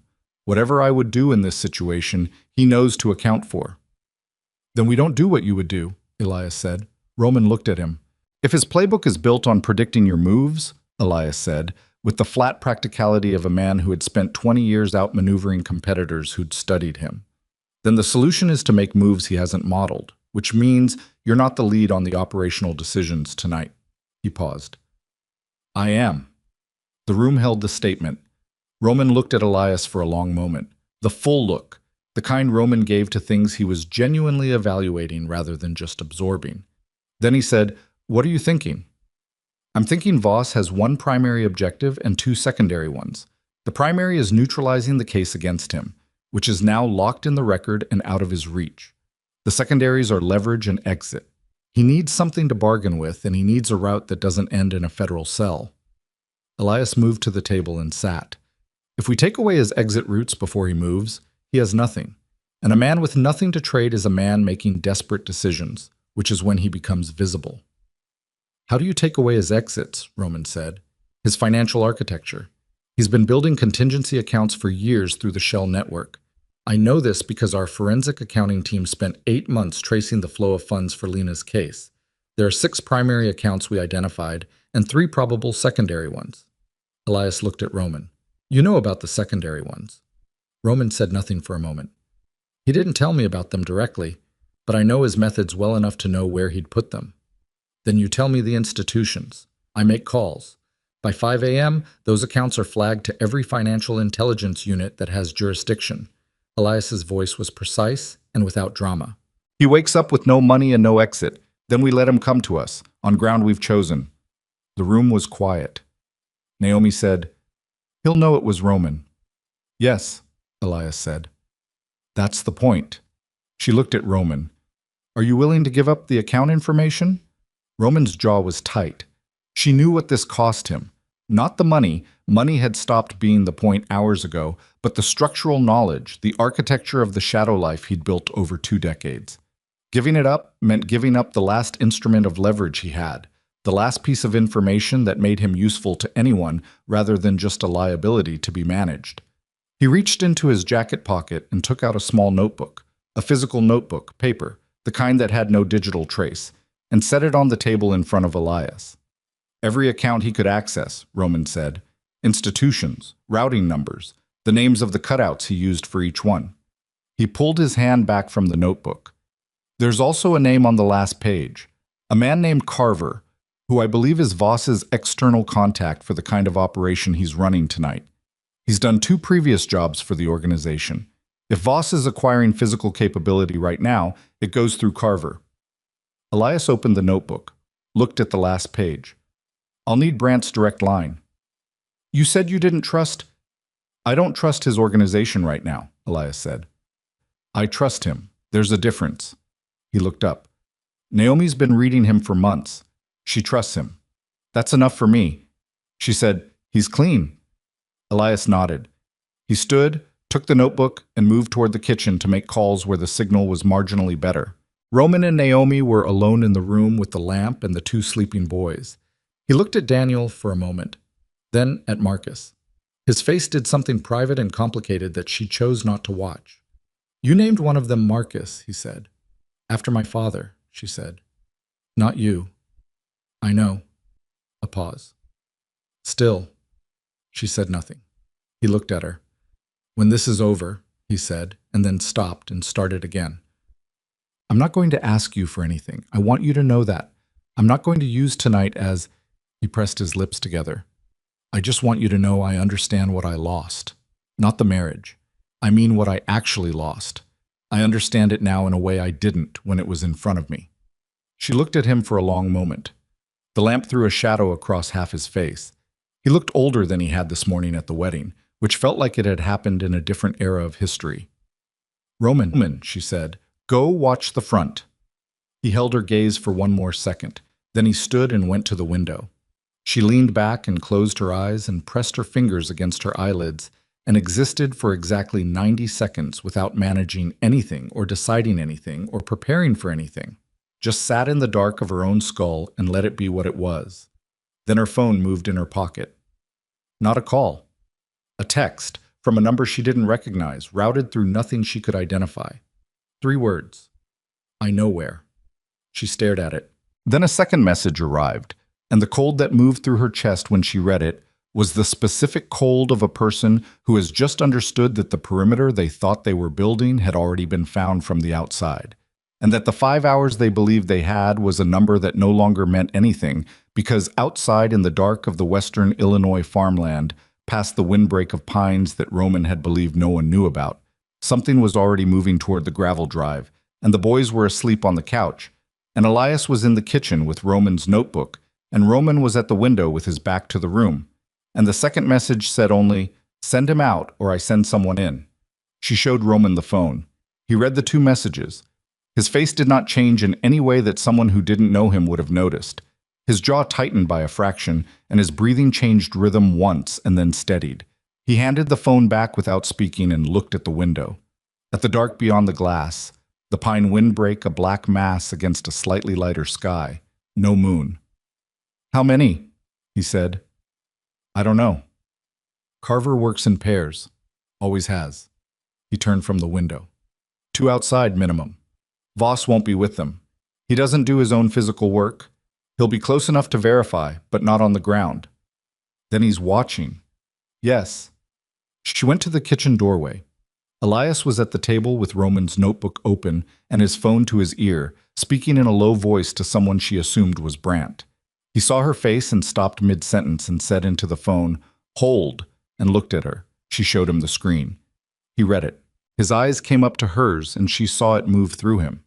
Not panic. Elias Hawthorne didn't do panic, but something that went to the cellular level. The specific fear of a person who has just understood that the thing they most want to protect is inside a perimeter that has already been breached in the informational sense, which was the only sense that mattered for the next 30 seconds. "Brandt," he said into the phone, "I need units at—" He looked at Roman. Roman gave the county road number and the property identifier in 4 seconds flat, clean, and precise. Elias relayed it, listened. His face went through something. "How far out?" He listened again. "Get them moving now. Don't wait for authorization, just move." He put the phone down on the table and looked at both of them. 22 minutes. Maybe 18 if they push it." "We don't have 18 minutes, Roman said. "I know." The three of them stood in the kitchen in the inadequate light and the silence and the weight of the next decision. Naomi felt it, the specific quality of a moment that was about to demand something she hadn't finished preparing to give. She looked at the doorway that led to the front room. Through it, she could see the edge of the couch, the fold of the blanket over Marcus's shoulder, the small, curved shape of Daniel's back. "He said send him out," she said. Her voice was steady. "He means Roman." "Yes," Roman said. "If you go out there—" "He has two objectives," Roman said, and his voice had the flat quality it got when he was working through operational logic, the same voice she'd heard him use in 4 years of hard conversations across tables in rooms she'd spent 6 years trying to forget. "Leverage and exit. He needs me either as a bargaining chip or neutralized. If I'm neutralized, the case against him is weakened. I'm the primary cooperating witness now, and without my testimony, the financial evidence is harder to contextualize." He looked at her. "He won't kill me immediately. He needs to know what I've already given Lena's office and whether it can be walked back." "He'll use you to try to walk it back," she said. "He'll try." A pause. "He won't succeed. It's already in the record." "Then what does he have?" "Time," Roman said. "If he has me, he has time. Enough to find an exit that doesn't exist yet." He looked at her, and his voice dropped by 1 register, not softer, just more direct. "But if I go out there, his attention moves. His 2 men move. The window facing the back of the house, does it open?" She looked at Elias. Elias had gone through the house when they arrived. "Yes," he said. "It opens into the side yard, clear to the tree line." Roman looked at her. "Get the boys out through the back, into the trees. Stay there until you hear Brandt's vehicles on the drive." He paused. "Do not come back to the house until you hear them." Roman, Naomi. Just her name. Said in the specific way he'd said it 4 years ago when they were still each other's. Not commanding, not pleading, something in between that she'd never found the right word for. "I know what I'm asking. I'm asking you to trust me with your children's safety, which is the thing I least deserve to be trusted with." His voice didn't crack. It didn't need to. "I'm asking anyway." She looked at him for 3 full seconds. Then she turned to Elias. "Take them," she said. Elias was already moving toward the front room. She followed, and together in the dim lamplight they gathered the boys. Elias lifting Marcus, who stirred and made a sound of complaint, and Naomi taking Daniel, who was heavier asleep than she ever expected him to be, his arms coming around her neck with the automatic trust of deep sleep. She carried him through the kitchen and to the back window, which Elias had already unlatched, and the cold April air came in sharp and immediate. Marcus woke up fully as Elias helped him through the window. He looked at the dark yard and the tree line and looked back at his mother with the expression he had when he'd decided to be brave about something, even though he didn't want to. "Is this the emergency part?" he said. "Yes," she said. "You're going with Elias. You stay with Elias. You do not make noise. You understand me." He nodded. Something in his face was too old for Six. She hated it and loved him so much it was physically uncomfortable. Daniel was still half asleep against her shoulder as she passed him through the window to Elias's waiting arms. He made no sound. She climbed through after them, and her feet hit the frozen grass, and the cold went straight through her shoes. She looked at Elias. He had Marcus by the hand and Daniel in his other arm, and he was looking at her with the expression she knew best of all his expressions. The one that said he understood the situation completely and had made his peace with the part he couldn't control. "Go," she said. He went. She watched them move across the side yard toward the trees. Elias's long stride shortened to match Marcus's, Daniel's head on his shoulder, and she stood at the back of the farmhouse and watched until the tree line took them, until they were gone into the dark, and then she turned and went back through the window. Roman was at the front door. He'd taken off his jacket. He had nothing in his hands. He looked, in the lamplight of the empty front room, like a man who had settled something within himself in the time it took the others to leave. Not at peace. She would never use that word for Roman Volkov, but finished, past the point of internal argument. She came to stand beside him. "You should go with them," he said. "No." "Naomi, I'm the one who built the case," she said. "I'm the one whose evidence is in that record. If Voss is going to try to leverage his way out, he needs me as much as he needs you." She held his gaze. "If I'm in the house, he has to account for me. That's two variables instead of one. Harder to manage." He looked at her for a moment. Something moved in his face. Not gratitude. He was past performing gratitude. Something rawer than that. "You had 6 years to become someone else," he said, "and you came back to this." "I came back to finish what I started," she said. "Not for you." "I know," he said. He opened the front door and stepped out. But the cold hit him full in the face. The gravel drive was pale gray in the darkness, the pine windbreak a solid wall on the left, the open field on the right fading into nothing. The sky was overcast, no stars, and the air smelled like coming rain and cut grass and the particular emptiness of land that had no neighbors. He walked 6 steps from the door and stopped. He said, into the dark, at a volume calibrated to carry, "I know you're there." Nothing for 4 seconds. Then movement, to his left. From the tree line inside the windbreak, a figure that resolved slowly into a man. Large through the shoulders, moving with the particular gait of someone trained to traverse ground quietly. Behind him, a second figure, staying near the pines. And then, from a vehicle parked without lights on the county road 20 yards beyond the gate, a door opening and Dmitri Voss walking toward him. He looked the same. That was the thing Roman registered and couldn't dismiss. Silver-haired, well-dressed even now, moving with the composed, deliberate pace of a man who believed he controlled the pace of everything around him.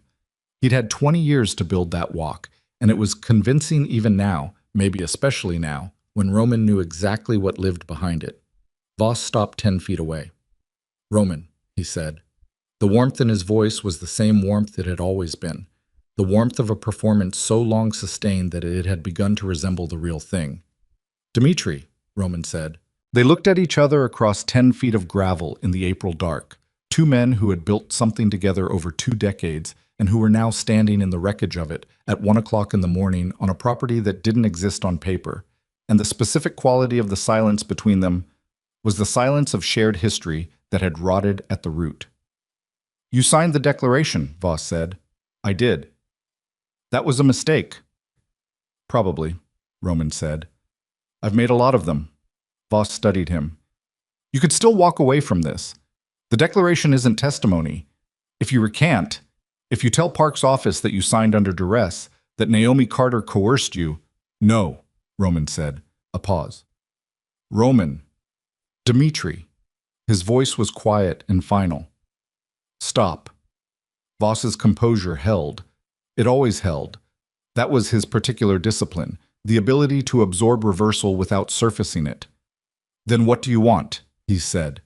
"You're not the type to throw yourself away for principle. I know you too well for that story." "You know who I was," Roman said. "That's not the same thing."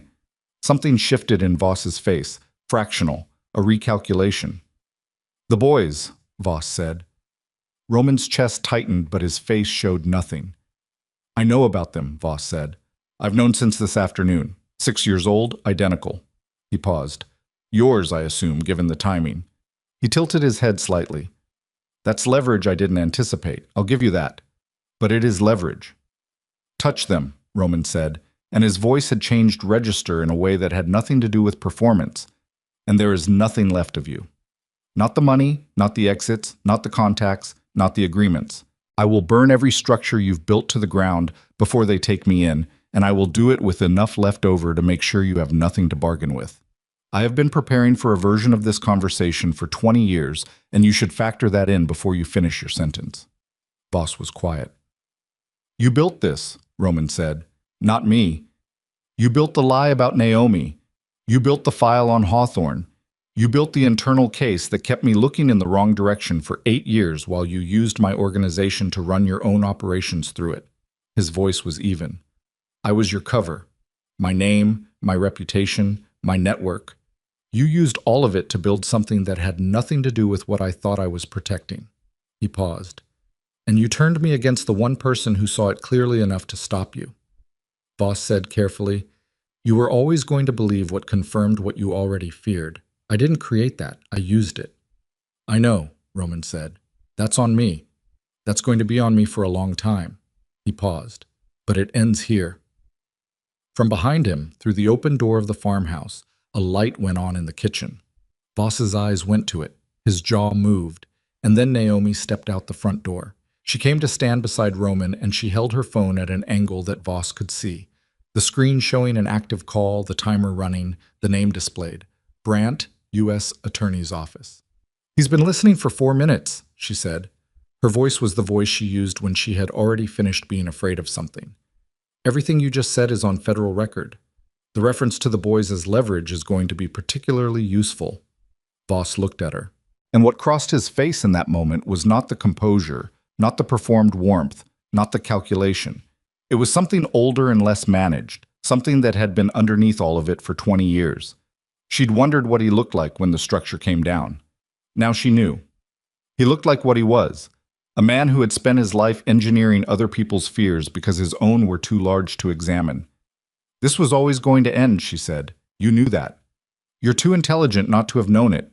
The only thing you didn't plan for was how it would feel when someone handed you the bill." From the county road, headlights. More than one vehicle, moving fast, the beams sweeping across the pine windbreak as they turned onto the drive. The sound of tires on gravel, rapid and closing. The 2 men who had emerged from the tree line had gone still. The particular stillness of people who had just done the math on a situation and found the calculation working against them. Voss looked at Roman one more time. His face was composed again, or nearly composed. The discipline was still there, it just didn't mean anything anymore. "You've thrown away everything," he said. "No," Roman said. "I gave it up. There's a difference." The first federal vehicle stopped 30 feet from where they stood. Doors opening. Agents. Brandt's voice calling instructions that the 2 men in the tree line responded to by putting their hands up with the resigned practicality of professionals who knew when a play was finished. Dmitri Voss stood in the gravel drive of a property that didn't exist and looked at the lights and looked at Roman and looked at Naomi and said nothing further because there was nothing further to say. A federal agent reached him in 12 seconds, and the words he was read were the same words Roman had been read earlier that day in the ruins of a wedding. And Voss received them with his hands at his sides and his face arranged in the expression of a man cataloging his remaining options, which were very few. Naomi watched them take him. She watched it all the way to the vehicle, watched the door close, and she stood in the gravel in the cold air with Roman beside her and let it be finished. Brandt came to her directly. He was a compact man in his 40s with a weathered face and the eyes of someone who had been in rooms like this enough times to understand that the paperwork was not the important part. "You recorded before I asked you to," he said. I recorded when I understood what he was going to say, she said. Was the connection clean? It was clean. He looked at her with something that wasn't quite admiration, more like the acknowledgement one professional gave another when the work had been done correctly under difficult conditions. I'll need statements, both of you. Tonight, if possible. Yes, she said. He looked at Roman. Roman said, yes. Brant nodded and moved away to manage the scene, and Naomi stood in the driveway and looked at the sky, which was beginning to change at its eastern edge by the most marginal increment. Not light yet, not even the promise of light, just the suggestion that the dark was not permanent. She took her phone out and called Elias. He answered in one ring. I heard the vehicles. It's done, she said. Voss is in custody. A pause, brief, the kind that held things that didn't have words yet. The boys are fine. Marcus fell asleep against a tree. I'm not entirely sure how. She almost laughed. It came out as something else. Not a sob, not quite, but in the same family. She pressed her hand over her mouth for a second and then took it away. Come back in, she said. It's cold. The statements took 3 hours. They sat in separate rooms.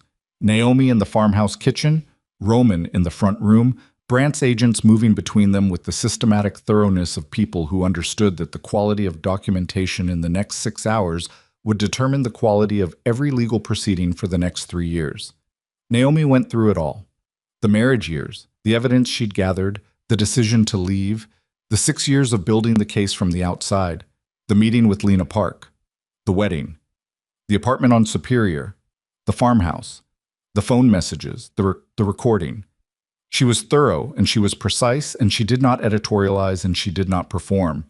She just gave them the record, fact by fact, in the order it had happened, and when they asked follow-up questions, she answered them with the same quality of attention. Elias sat outside the kitchen doorway with the boys, who had woken fully when they came back inside, and who were now in the specific elevated state of very young children who had experienced an adventure they didn't fully understand and were processing it through a sustained campaign of questions. She could hear Marcus's voice through the door, not the words, just the cadence, the relentless operational cataloging of a 6-year-old working to understand a situation, and Elias's low, patient responses, and the sound of it was the sound of something she'd protected for 6 years and had nearly lost tonight and was still here. She finished her statement at 4:47 in the morning.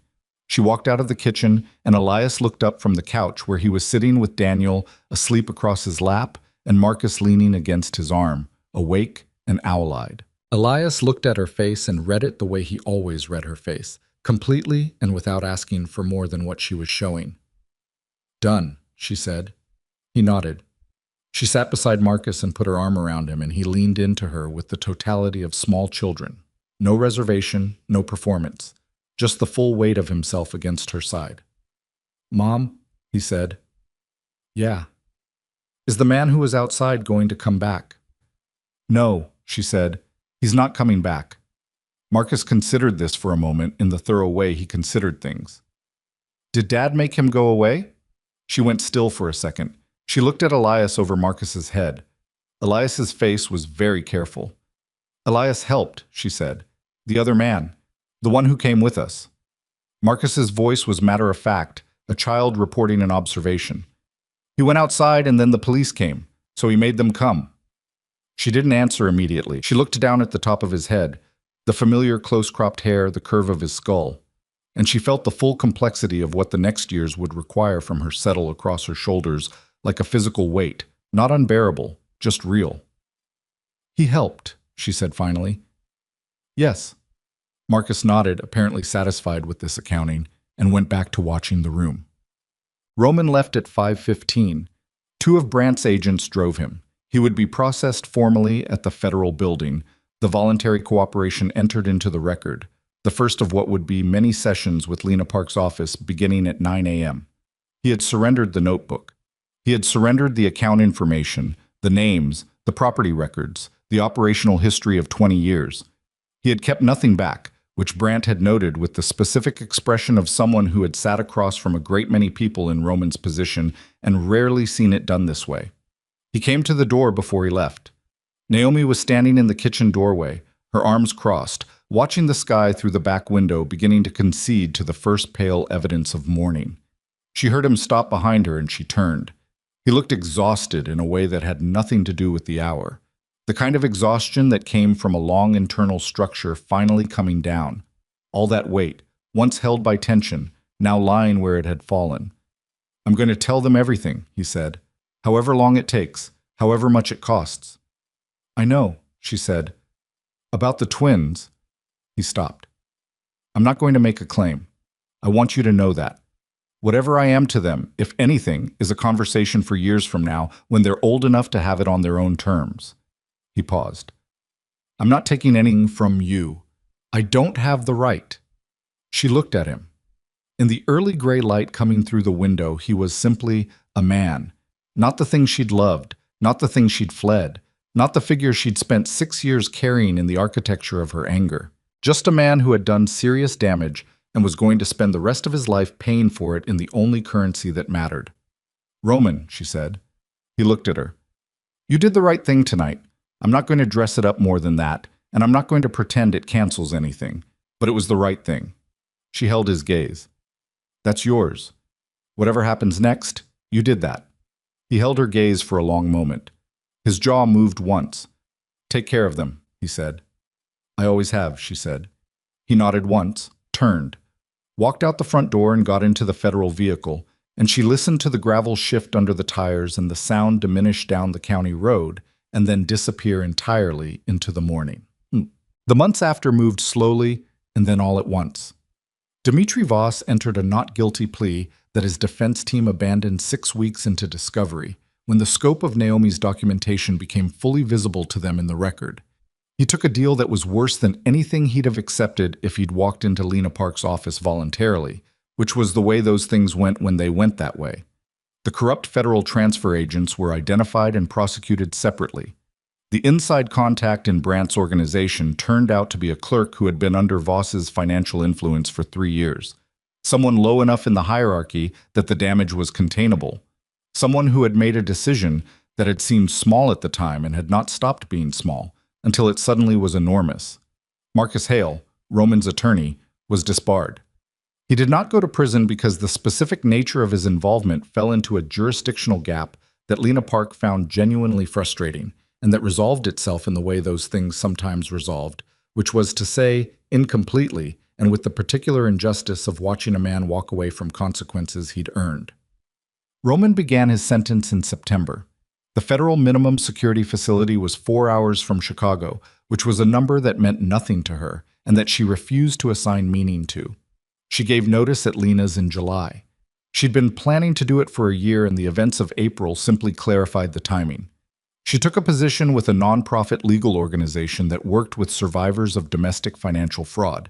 Not using her name publicly, not trading on the story, just doing the work, which was the only version of any of this that felt honest to her. She and Elias married in October. It was small. That had been her only requirement, and it was one Elias had honored without making a thing about honoring it.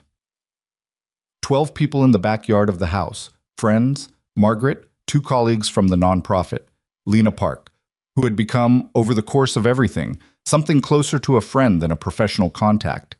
The boys wore ties that Marcus had chosen and Daniel had complained about, and both of them had abandoned by the end of the first hour. She stood in the backyard in the October light, with Elias's hand in hers, and felt the day for what it was. Not a conclusion, not a triumph, just a day that belonged entirely to the life she had built from nothing, with her own hands and her own decisions, and that had no shadow in it she hadn't chosen. Daniel found her alone for a minute near the end of the afternoon. He stood beside her with the untied tie hanging from his collar and looked out at the yard where Marcus was explaining something elaborate to one of the guests with full-body investment. "Mom," he said. "Yeah. Is this what happy feels like?" She looked down at him, his dark eyes, her eyes, looking up at her with the directness that had always been his particular quality. Daniel, who asked the thing, who went straight to the center of it without the architecture of approach. She put her arm around him. "Yeah, baby," she said. "That's what it feels like." He leaned against her, and they stood in the October afternoon and watched Marcus successfully convince the guest of whatever point he was making. and the light came through the tree that needed trimming and fell across the grass in the uneven way of late autumn light. And it was ordinary in every way that mattered, and irreplaceable in every way that also mattered, and she held her son's weight against her side and let the day be what it was. In a minimum security facility 4 hours north of the city, in the third week of October, a man named Roman Volkov sat at a table in the common room with a newspaper that was 2 days old. He had been reading it without taking much in when a photograph on the inside fold of the lifestyle section caught his eye. Small, black and white, the kind of photograph that accompanied the minor social notices that newspapers still ran out of habit. 2 people, a backyard, children in the edge of the frame. He looked at it for a long time. The photograph was too small to read faces clearly, but he didn't need to read the faces. He knew the names in the caption. He knew the backyard from a description he'd assembled from small details across a long night. He knew what the day was because the caption told him. He folded the paper to that page. He sat with it for a while. Then he set it face down on the table, and he stood, and he walked to the window that faced west, and he looked at the sky over the flat Illinois land, and he didn't allow himself any particular emotion about what he was looking at because he had forfeited the right to particular emotions about this a long time ago, and the work of the next years was to be the kind of man who understood that forfeiture clearly and lived inside it honestly. What he allowed himself was smaller than emotion, just the knowledge that they were there, in that backyard, in that light. That the boys existed and were whole and were someone else's good fortune. That the woman he had tried to make into a cautionary tale had made herself into something that had no word in his vocabulary because he'd never had occasion to build one for it. He stood at the window until the light changed. Then he turned back to the room and went to do the next thing the day required and did not look at the newspaper again. Outside, autumn moved across the land in the way it always did. Indifferent, thorough, turning everything in its own time. The empire was gone. The lies were in the record. The damage was irreversible and accounted for and being paid by those who had made it. And in a backyard in Chicago, in the last good light of October, a family that had been built from survival and honesty and the particular courage of a woman who had refused to stay thrown was sitting down to eat, and the boys were arguing about something inconsequential, and Elias was pouring wine, and Naomi was laughing at something someone had said. A real laugh, unguarded, the kind that didn't think about itself. And the afternoon held all of it without effort, the way afternoons did when the people inside them had finally, at great cost, earned the right to simply be inside them. Nothing would be stolen from this. No one was coming. It was, at last, entirely theirs.